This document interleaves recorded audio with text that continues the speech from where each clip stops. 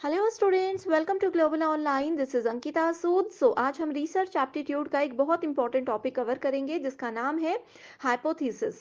Hypothesis का मतलब है परिकल्पना। ये क्या होता है, कैसे इसको यूज किया जाता है, इसके कॉन्सेप्ट क्लैरिटी के साथ साथ इंपॉर्टेंट क्वेश्चंस को भी हम डिस्कस करेंगे। तो इसी के साथ फिर सेशन को शुरू करते हैं।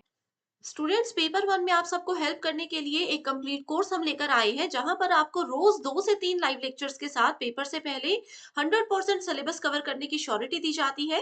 साथ ही आपके रिवीजन के लिए टॉपिक वाइज एमसीक्यूज और पीवाईक्यूज दिए जाएंगे जिसमें कि आपको ऐसी ट्रिक्स बताई जाएंगी जो बहुत इजीली करेक्ट आंसर्स को ढूंढने में आपको मदद कर सकती है। फाइनल प्रिपरेशन के लिए अपडेटेड मॉक टेस्ट है जिसमें से आपको एज इट इज सवाल देखने को मिल सकते हैं। एंड साथ ही आपके स्टेट के अलावा अदर स्टेट्स के PYQs and most expected questions आपको हम प्रोवाइड करवाएंगे, वो भी आंसर्स और एक्सप्लेनेशन के साथ, ताकि आपकी बहुत बेहतर तरीके से रिवीजन होती रहे। तो यहाँ पर आपको 2 व्हाट्सएप नंबर्स दे रही हूँ, आप इन पर कॉल या मैसेज करके कोर्स की पूरी जानकारी ले सकते हो। साथ ही कुछ फ्री वीडियोस और मॉक टेस्ट भी अवेलेबल है, जिसके लिए ग्लोबल ऑनलाइन ऐप को डाउनलोड कीजिए। स्टोर सेक्शन पर सर्च बार में आपको लिखना है कोर्स का नाम। कंटेंट पर जाएंगे तो आप देखेंगे कि बहुत से फ्री वीडियोस अवेलेबल हैं। यहाँ पर आपको यूनिट वाइज फोल्डर्स मिलेंगे जिससे किसी भी यूनिट से आप कभी भी तैयारी शुरू कर सकते हो। हर यूनिट में आप देखिए आपको मॉक टेस्ट मिल जाते हैं, पीडीएफ नोट्स मिल जाते हैं, साथ ही वीडियो लेक्चर्स मिल जाएंगे जिसमें बहुत इजी ट्रिक्स के साथ आपके कॉन्सेप्ट्स भी क्लियर होते हैं। तो ये एक ऐसा कोर्स है जो कि बेहतर तरीके से आपको फर्स्ट अटेम्प्ट में एग्जाम क्वालिफाई करने में मदद कर सकता है। सबसे पहले हम देखते हैं कि रिसर्च हाइपोथेसिस एग्जैक्टली होता क्या है। तो हाइपोथेसिस परिकल्पना करना, अब देखो इसको बोला जाता है अजम्पशन, यानी कि धारणा किसी चीज की अगर हम लेकर चलते हैं। एग्जाम्पल के साथ चीज़ों को शुरू करते हैं। तो सबसे पहले अगर मैं बताती हूँ कि मेरे पास कोई प्रॉब्लम है, मैं किसी बड़ी प्रॉब्लम में फँस चुकी हूँ, मैंने अपनी ही किसी ए नाम की फ्रेंड को वो प्रॉब्लम के बारे में बताया। उन्होंने मुझे बताया कि इस प्रॉब्लम से बाहर निकलने का ये रास्ता हो सकता है और आप सॉल्यूशन तक पहुँच जाओगे। यही प्रॉब्लम मैंने अपनी फ्रेंड बी के साथ भी डिस्कस की। उन्होंने मेरे को कोई और रास्ता बताया इसके सॉल्यूशन तक पहुँचने के लिए। तो ये क्या था? ये एक परिकल्पना थी, ये एक हाइपोथेसिस था। इन दोनों ने एक आइडिया लगाया, एक गेस किया कि अगर आप ये रास्ता ट्राई करोगे या फिर ये ट्रिक ट्राई करोगे तो इस प्रॉब्लम से बाहर आ सकते हो। तो वैसे ही रिसर्च के दौरान हम लोगों को परिकल्पना करनी बहुत ज़रूरी होती है। अब ये टॉपिक आप लोगों को सिलेबस में कहीं पर भी मेंशन नहीं मिलेगा, लेकिन परिकल्पना जो है रिसर्च के स्टेप्स के अंदर बहुत इंपॉर्टेंट आता है टॉपिक, ठीक है? Hypothesis is an assumption that is made based on some evidences. जो भी हमारे पास पहले के सबूत हैं उनके आधार पर ही हाइपोथेसिस किया जाता है। This is the initial point of any investigation that translates the research question into predictions. अब देखो आपके सामने रिसर्च से रिलेटेड कोई प्रॉब्लम है, उस प्रॉब्लम का सॉल्यूशन आप लोगों को ढूँढना है, तो आप लोग कहीं से तो शुरुआत करोगे। तो उसमें शुरुआत करने का पहला स्टेप, अब रिसर्च की प्रॉब्लम का, अब आप लोगों को अपनी रिसर्च शुरू करनी है, तो उसके लिए कहीं से तो शुरू होना है। तो आप क्या करोगे? आप बोलोगे अच्छा ये प्रॉब्लम है, चलो सबसे पहले हम ये वाला स्टेप फॉलो करते हैं, यहाँ पर जाकर इनसे आइडिया लेते हैं। तो ये आपने क्या किया? परिकल्पना किया। प्रिडिक्ट करने आप यहाँ पर लग गए, भविष्यवाणी कहीं न कहीं छोटे-मोटे लेवल पर आप करने लगे। It include components like variables, population, relation between these variables, and research hypothesis is that is used to test the relationship between two or more variables. Variable यहाँ पर कुछ भी हो सकते हैं, कोई पर्सन भी एक वेरिएबल हो सकता है, कोई प्लेस भी एक वेरिएबल हो सकता है, आपका कोई डेटा भी वेरिएबल हो सकता है। तो हाइपोथेसिस एक, दो या दो से ज्यादा वेरिएबल्स के बीच में रिलेशनशिप फाइंड आउट करने में भी आपको मदद करता है। ये हमने हाइपोथेसिस देख लिया। इसके बाद हाइपोथेसिस को टेस्ट क्यों किया जाता है? इसका परीक्षण, इसकी जांच क्यों की जाती है? ये भी बहुत इंपॉर्टेंट है। A good hypothesis does not conflict with any law of nature which is known to be true. A good hypothesis permits the application of deductive reasoning. In statements को एज इट इज रख लीजिए, ठीक है? Exam में ये पूछा जा सकता है कि अच्छी परिकल्पना जो है वो निगमनात्मक तर्क के अनुप्रयोग की अनुमति देती है या नहीं देती है? तो आपका आंसर होना चाहिए ट्रू, वो बिल्कुल देती है। ठीक है? इसके अलावा अच्छे हाइपोथेसिस की क्या कैरेक्टरिस्टिक्स होते हैं? तो हाइपोथेसिस जो भी परिकल्पना आप कर रहे हो वो क्लियर होना चाहिए, प्रिसाइज़ होना चाहिए और रिलायबल होना चाहिए। यानी कि स्पष्ट, सटीक और विश्वसनीय होना चाहिए।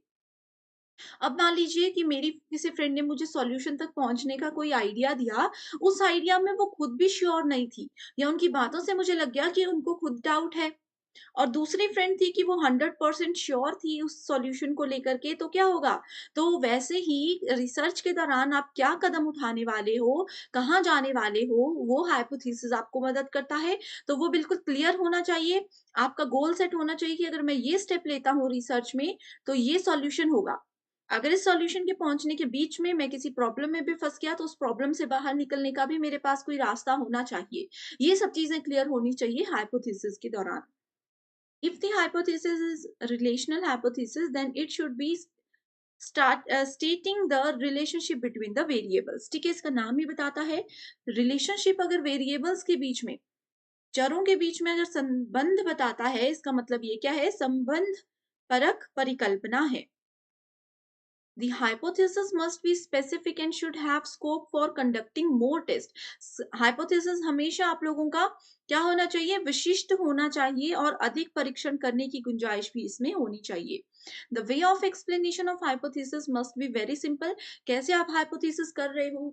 अगर मल्टीपल हाइपोथेसिस आपके पास है, 4-5 हाइपोथेसिस हैं, उसमें से किसी 1 या 2 को सेलेक्ट करना है, तो कैसे सेलेक्ट कर रहे हो? तो ये चीज़ें बिल्कुल क्लियर होनी चाहिए, बिल्कुल सिंपल होनी चाहिए एंड अंडरस्टूड होना चाहिए। आपको खुद भी उसके बारे में पूरी समझ होनी चाहिए, हर एक फेज़ की समझ होनी चाहिए और अगर आप वो चीज़ किसी को समझाते हो, तो वो ईज़िली समझ जाएँ, ऐसा आपका हाइपोथेसिस होगा, तो वो एक अच्छे हाइपोथेसिस की के लक्षण माने जाते हैं। ये देखो एक क्वेश्चन है कैरेक्टरिस्टिक्स ऑफ हाइपोथेसिस पे। Hypothesis should be capable of being tested. परिकल्पना का परीक्षण करने में सक्षम होना चाहिए, ठीक है? सो जहां पर भी हाइपोथेसिस का ऐसा हमें लगता है कि टेस्ट उसको अच्छे से किया जा सकता है, तो वो एक गुड हाइपोथेसिस होता है।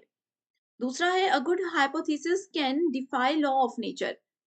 ठीक है, कानूनों को चुनौती दे सकता है, ऐसा बिल्कुल भी नहीं है। हमने यहाँ पर ये स्टेटमेंट अभी पढ़ी कि ये क्या करता है? Not conflict with law of nature. And इसमें बोला है can conflict with law of nature, तो ये स्टेटमेंट बिल्कुल गलत है। तीसरा है hypothesis should be clear and precise, ये हमने अभी पढ़ा। अ good hypothesis permits of the application of deductive reasoning. देखो, अच्छा हाइपोथेसिस हमेशा डिडक्टिव रीजनिंग से जुड़ा हुआ होगा।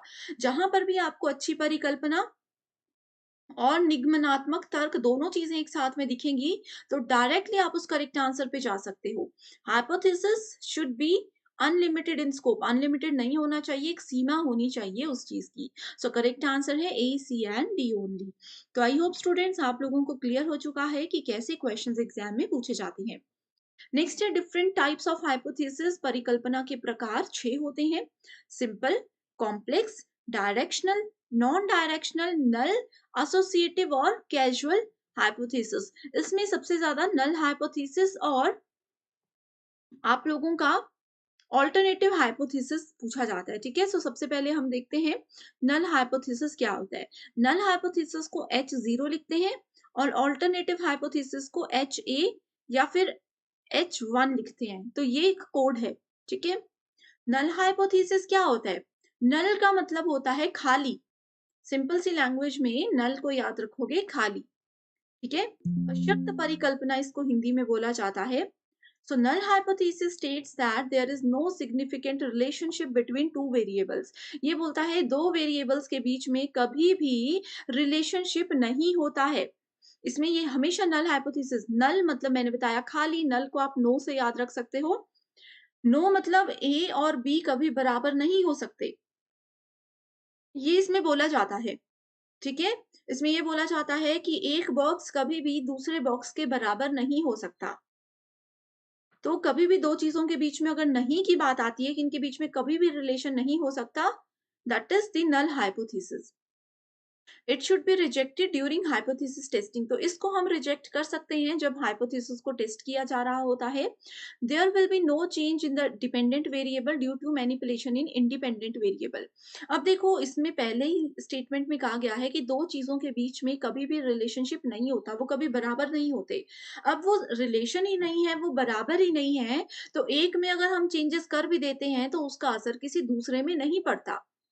ए में अगर मैं चेंजेस करके ए प्लस ए भी कर देती हूँ, तो बी को इसका फ़र्क नहीं पड़ेगा, क्योंकि नल हाइपोथेसिस बोलता है कि ये दोनों में आप जितनी मर्ज़ी वैल्यू ऐड कर दो, ये कभी बराबर हो ही नहीं सकते। तो यही इस वाले पॉइंट में मैंने अभी बताया आपको। स्वतंत्र चर में हेर-फेर के कारण आश्रित चर में कोई भी परिवर्तन नहीं होगा।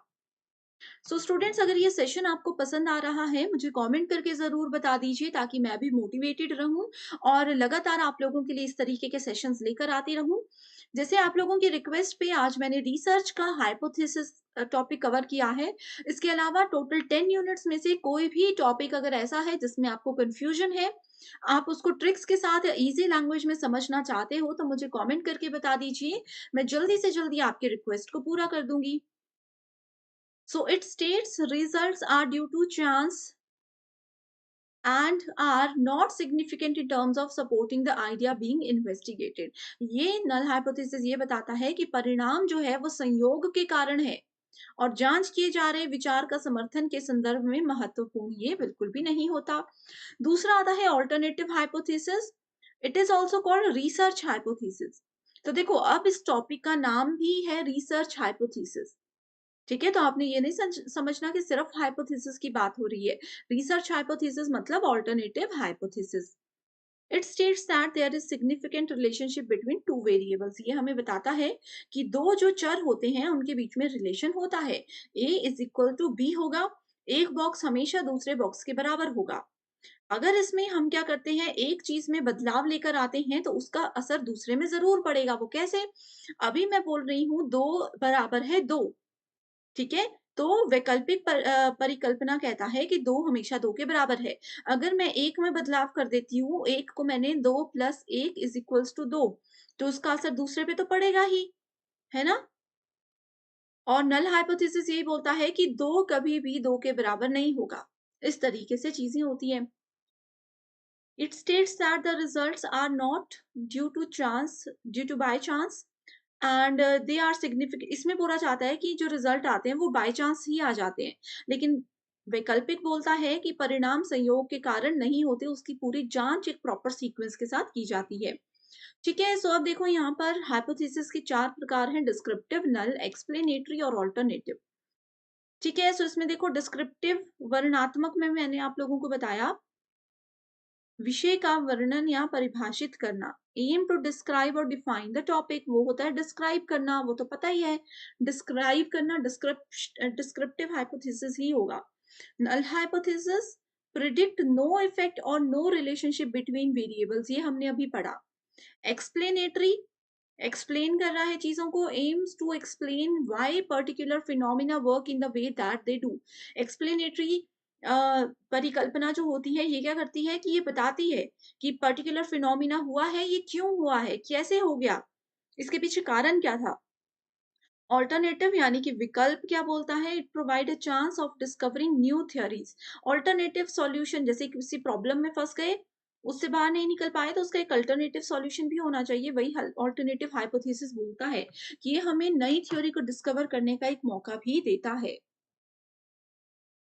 Hypothesis testing is main concept of which type of research?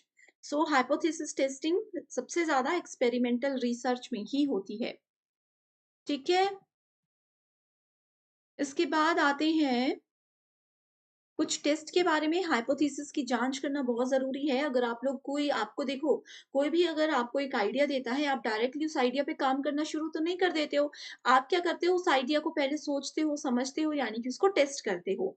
तो वैसे ही रिसर्च में हाइपोथेसिस के मल्टीपल जो है हम लोगों को टेस्ट करने होते हैं। एग्जाम्पल के साथ देखते हैं। If a researcher has to test a hypothesis whether the difference between the means of two groups is significant, he और शी विल यूज व्हाट। एक रिसर्चर को चेक करना है कि दो ग्रुप्स में रिलेशनशिप है या नहीं, तो वो क्या टेस्ट करेंगे, वो स्टूडेंट्स का टी टेस्ट करेंगे। सो टेस्ट बहुत इंपॉर्टेंट होते हैं। टी टेस्ट होता है, एक हमारे पास जी टेस्ट होता है, ठीक है, ची स्क्वायर टेस्ट होता है। ये तीन बहुत इंपॉर्टेंट है। सो स्टूडेंट्स, टी टेस्ट की ये एज इट इज डेफिनेशन है। अब आते हैं एरर। तो हाइपोथेसिस में दो प्रकार के एरर होते हैं, टाइप 1 और टाइप 2 एरर। ठीक है, सो टाइप 1 एरर, चलो उसको बाद में देखते हैं। ठीक है। So hypothesis testing use sample data to make inference about the properties of population study. Simple सी डेफिनेशन है। अब टाइप वन एरर क्या होते हैं? When the null hypothesis is true, जब नल हाइपोथेसिस H0 बिल्कुल ट्रू होगा, ठीक है, और वो सत्य था, लेकिन फिर भी हमने क्या कर दिया, उसको रिजेक्ट कर दिया, तो वो टाइप वन एरर हो जाएगा। इसको आपने ऐसे याद रखना है। नल हाइपोथेसिस बिल्कुल ट्रू था, हमें उसको एक्सेप्ट कर लेना चाहिए था, सही था तो एक्सेप्ट हो जाता ना, लेकिन हमने क्या कर दिया, उसको गलती से रिजेक्ट कर दिया, तो हमारा टाइप वन एरर आ जाता है। This probability to make a type one error is alpha, which is the level of significance you set for your hypothesis testing। तो ये होता है टाइप वन एरर। देखो इसमें क्वेश्चन ही ऐसा आता है, when a researcher reject the true null hypothesis. इसमें बोला है नल हाइपोथेसिस ट्रू था, लेकिन रिसर्चर ने उसको रिजेक्ट कर दिया इन हिज और her study and accept the alternative hypothesis. अब दिखती सी बात है, अगर हम लोग नल हाइपोथेसिस को रिजेक्ट कर रहे हैं, तो हम क्या कर रहे हैं, हम ऑल्टरनेटिव हाइपोथेसिस को एक्सेप्ट कर रहे हैं, ठीक है। And accept the alternative hypothesis, what type of error is likely, तो वो होगा टाइप वन। अब देखो इसमें बताया हुआ है decision based on the samples. अगर नल हाइपोथेसिस H0 होता है नल हाइपोथेसिस, अगर नल हाइपोथेसिस सत्य है और हमने उसको रिजेक्ट कर दिया, तो टाइप वन एरर है। वहीं अगर नल हाइपोथेसिस सत्य है और हमने उसको फेल कर दिया, मतलब रिजेक्ट नहीं किया, एक्सेप्ट कर लिया। थोड़ा सा कंफ्यूजन देने के लिए यहाँ पर फेल टू रिजेक्ट लिखा है। फेल टू रिजेक्ट, रिजेक्ट नहीं किया, मतलब एक्सेप्ट कर लिया। तो नल हाइपोथेसिस को अगर हमने एक्सेप्ट कर लिया, इसका मतलब है कि करेक्ट डिसीजन हमारा है। Same goes for this statement कि अगर हम लोग नल हाइपोथेसिस को, नल हाइपोथेसिस अगर फॉल्स है और हमने उसको रिजेक्ट नहीं किया, फॉल्स है और हमने एक्सेप्ट कर लिया, तो टाइप टू एरर होता है।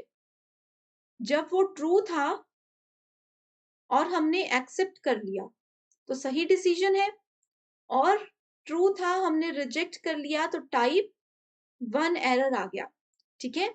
वहीं अगर नल हाइपोथेसिस हमारा फॉल्स था, हमने उसको, वो फॉल्स था, वो गलत था, लेकिन हमने उसको एक्सेप्ट कर लिया, तो ये आ गया टाइप टू एरर। और फॉल्स था यानी कि झूठा था और हमने उसको रिजेक्ट कर दिया, तो हमारा डिसीजन बिल्कुल करेक्ट था। तो ये सिंपल से तरीके से मैंने आपको बता दिया। स्टूडेंट्स ने अलग से हमें ये चार्ट भेजा था कि इसमें उनको कंफ्यूजन है, तो आई होप अब आप लोग समझ चुके हो कि इस टेबल को कैसे देखना है, कैसे याद रखना है और कैसे एग्जाम में क्वेश्चंस आते हैं, ठीक है। So thank you so much for watching this video and I wish you all the very best.